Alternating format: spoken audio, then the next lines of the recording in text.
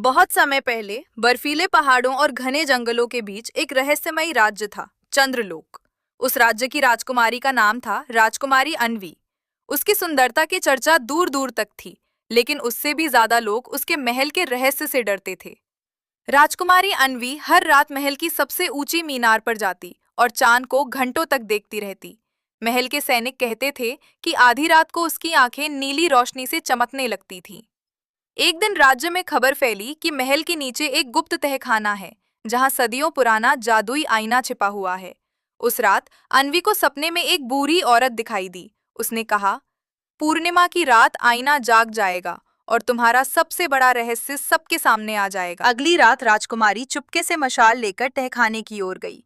वहां एक विशाल लोहे का दरवाजा था, जिस पर लिखा था, जो सच से डरे वो अंदर ना आए।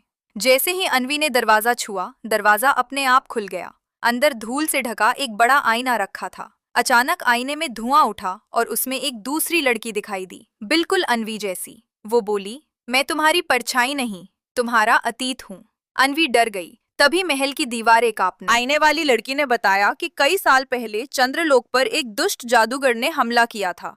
उस समय असली राजकुमारी की जान बचाने के लिए रानी ने एक जादुई मंत्र से उसकी यादें मिटा दी थीं। अन्वी को अचानक बचपन की बातें याद आने लगीं।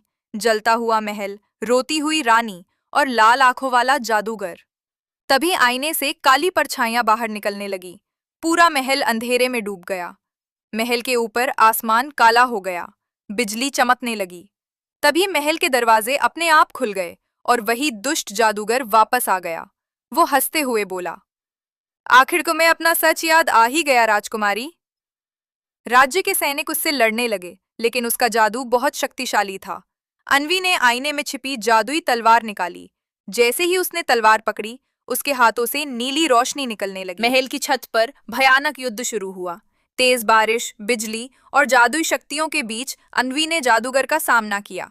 जादूगर ने कहा, तुम मुझे कभी नहीं हरा सकती।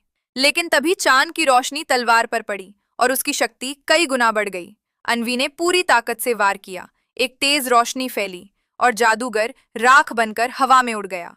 सब कुछ शांत हो गया।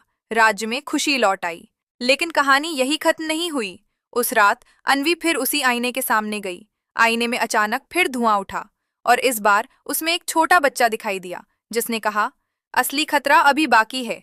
आईना टूट गया और कहानी यहीं खत्म हो गई।